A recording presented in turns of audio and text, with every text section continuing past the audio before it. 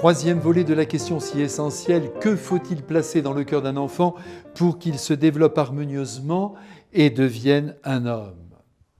N'oubliez pas de réécouter ce que j'ai déjà affirmé dans les 2 premiers volets, et j'enchaîne ici avec les vertus à développer chez l'enfant.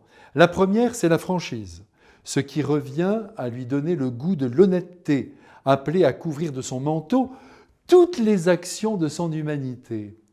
Une bêtise accomplie dans un coin, une mauvaise note obtenue, une désobéissance, tout cela doit être reconnu par l'enfant, même sur fond de pleurs, rapidement étanchés, je l'espère, par la tendresse des parents qui ne doivent jamais dramatiser ni culpabiliser l'enfant. Je poursuis. La jalousie et l'envie, qui bien souvent se disputent le cœur de l'enfant, doivent être sévèrement combattues. Un cadeau pour l'anniversaire du petit ne doit pas bouleverser le cœur du plus grand. Apprenons-leur à se réjouir de la joie des autres. Ce point est capital.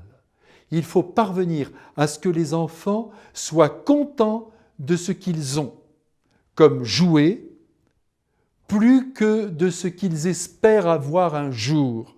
Mais oui, on doit éduquer l'enfant, quel que soit son caractère, à se contenter de ses jouets, de ses habits, en maîtrisant le plus possible ses éventuelles soifs et caprices. Il faut aussi développer en lui, en elle, la vertu de courage et même d'audace. Parents parfaits, confiez-leur des responsabilités. N'ayez pas peur de les lâcher en plein vent et même en pleine bourrasque.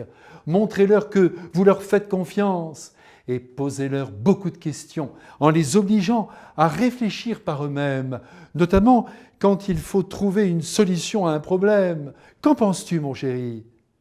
C'est une façon de former leur jugement et de les orienter aussi dans le bon sens. C'est par des exercices répétés que la personnalité se forme. N'oubliez pas également de leur demander leur aide pour les choses les plus simples de la vie, comme de mettre la table. Et tant pis s'ils cassent un couvert, rien n'est grave.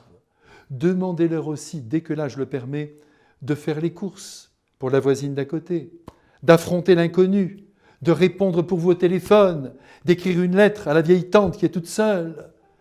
Et ne laissez pas passer sans correction la laideur de l'impolitesse et de la vulgarité. À bientôt!